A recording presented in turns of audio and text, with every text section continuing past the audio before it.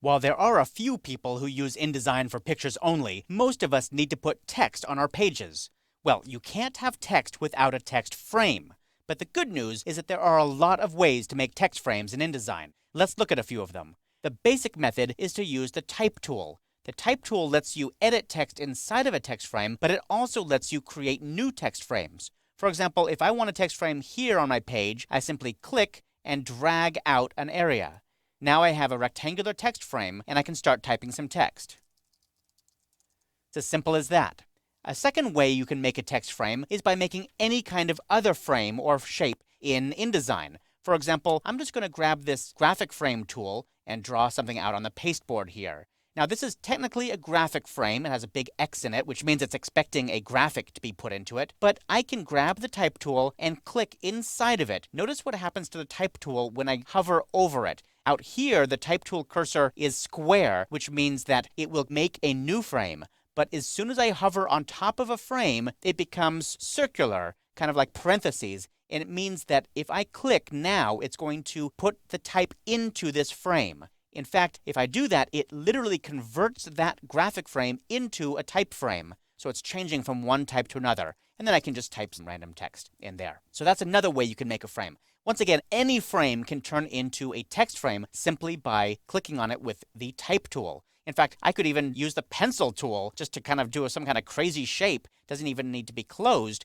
Grab the Type tool and click on top of it, and all of a sudden, I have a text frame in this wacky shape. So anything can be turned into a text frame in InDesign.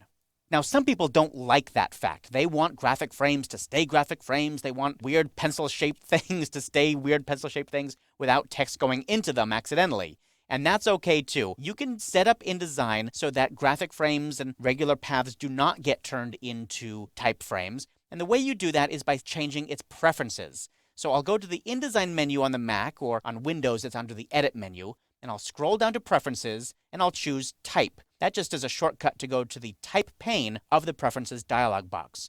And there are lots and lots of preferences in here. I'm not going to go through all of them, but I do want to point out one of them here called Type Tool Converts Frames to Text Frames.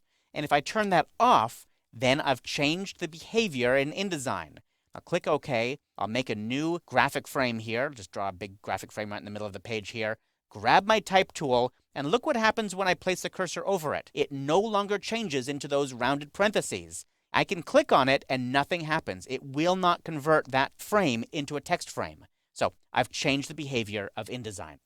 Okay, there's one more way that you can create a text frame in InDesign, and that is by importing text, either by copying it from some other program and pasting it in here when nothing is selected on the page, or by using the place command. And I'm going to go into a lot of detail later on in the chapter about importing text from word processors like Microsoft Word, but I'll just do the really quick version right now.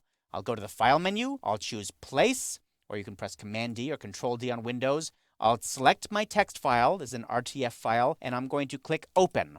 And it loads up something called the Place cursor. It gives me a little thumbnail description of the first few words of that text file right next to the cursor. And this Place cursor can create a type frame for me as well. If I hover on top of an empty frame, you'll see that the cursor changes to, again, those rounded parentheses. And that means if I click, it's going to fill some frame in the background with my text. But I can still click and drag out an area. And if I click and drag out an area, it automatically makes a frame that size and fills the place text into it. Now that you know how to get a text frame, let's take the next step, editing that text inside the frame.